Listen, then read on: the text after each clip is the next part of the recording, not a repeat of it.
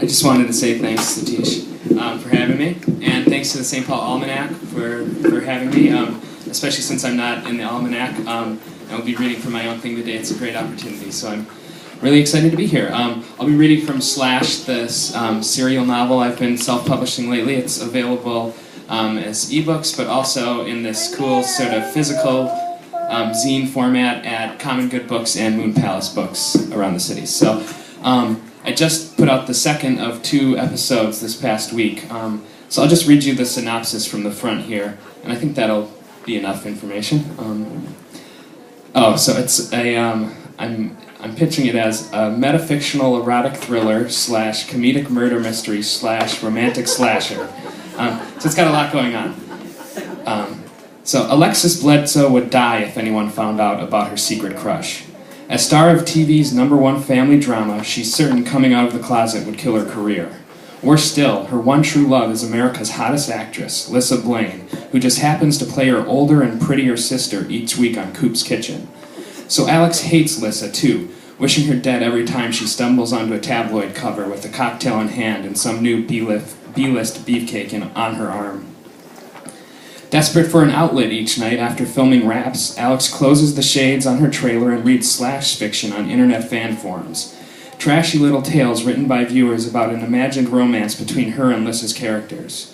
All unbelievable moans and trite whispers, Alex believes them a secret best taken to her grave, until an anonymous author begins to post violent Slash stories that seem to foretell the death of the cast of Coop's Kitchen. When real-life actors start dying and seem suspiciously similar to those Alex has been reading, she's forced to search the stories for suspects and clues instead of steamy caresses. And with everyone she knows a potential perverted murderer or future victim, keeping her true self a secret becomes more a matter of life and death than ever before.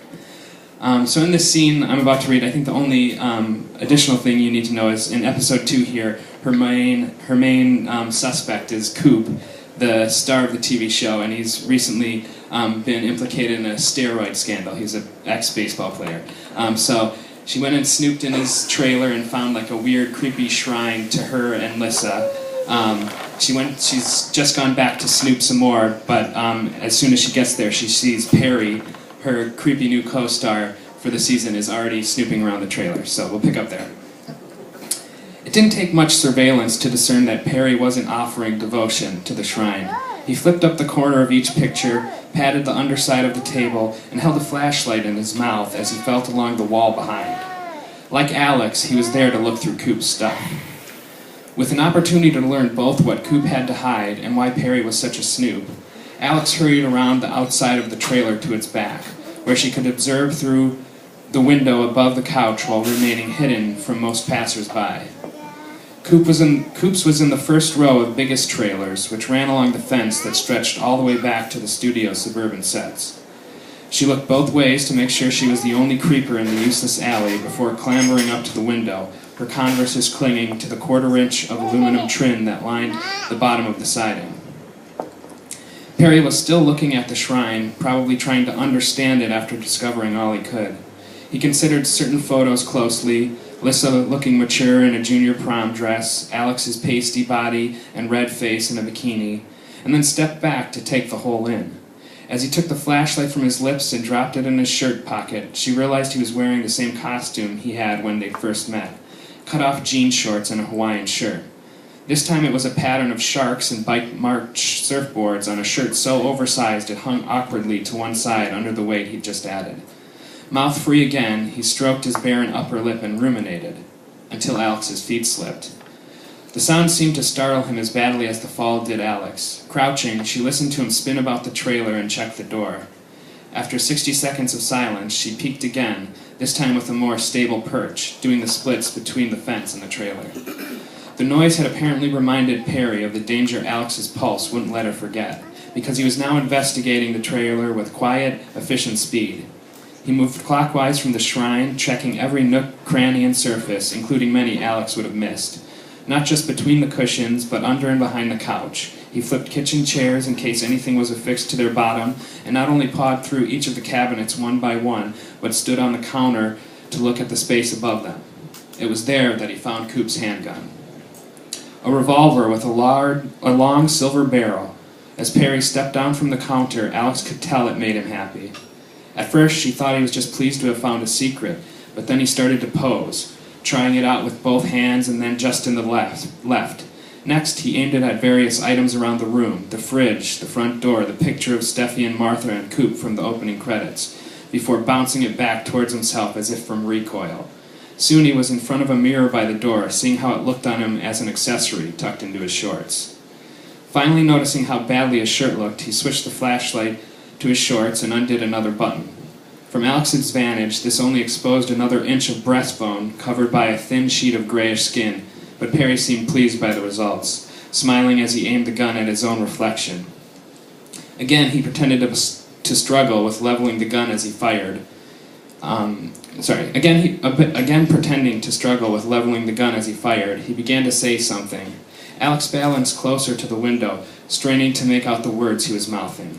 Even-handed surmise of scorning? Or I vandalized the sunrise this morning? The next voice she heard spoke clearly.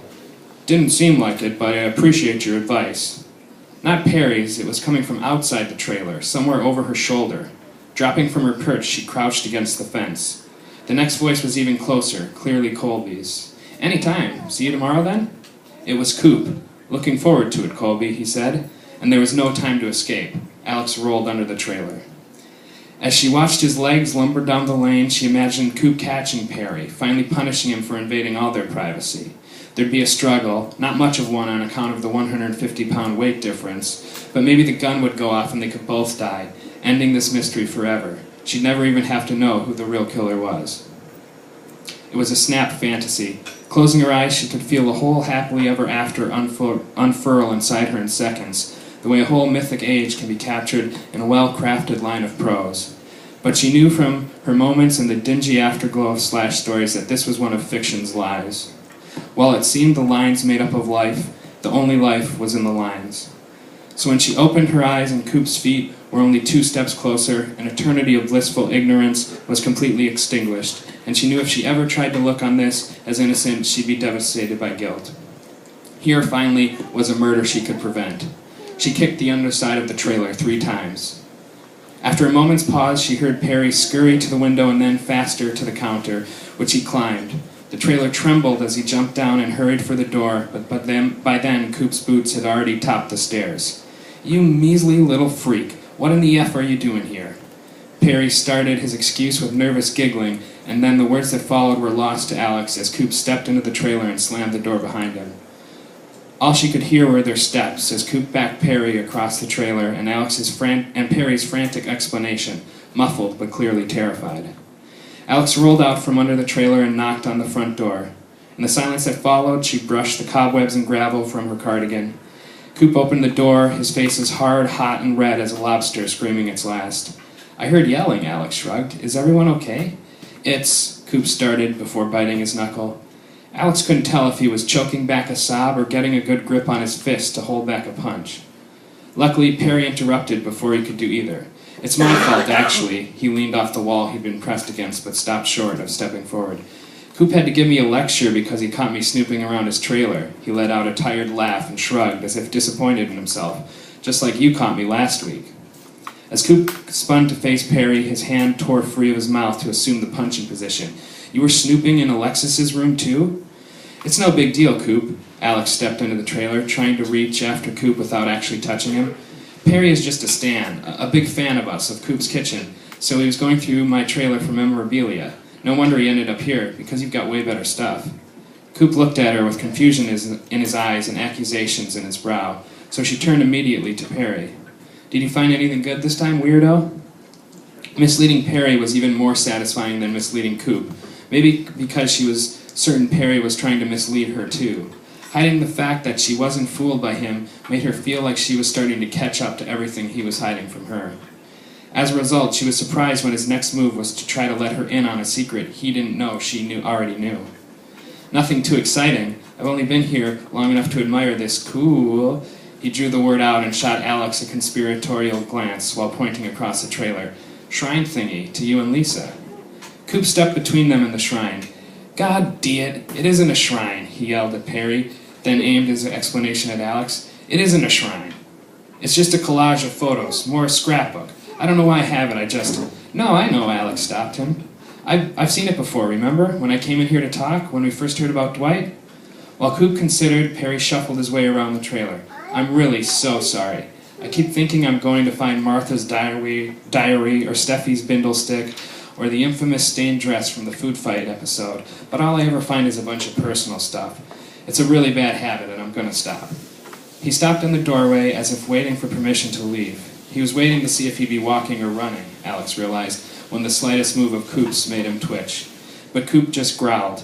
Okay, just get out of here then. Alex moved to follow, but Coop shut the door after Perry. I want you to stick around though, Alexis. We need to